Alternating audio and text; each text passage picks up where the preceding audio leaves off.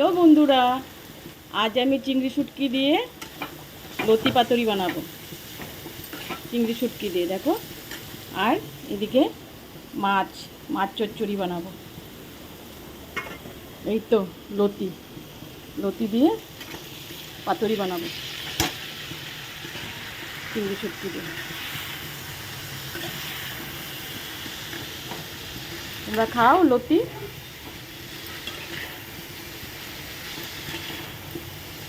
লতি বানাচ্ছি চিংড়ি শুটকি দিয়ে, আর এদিকে মাছ বানাবো।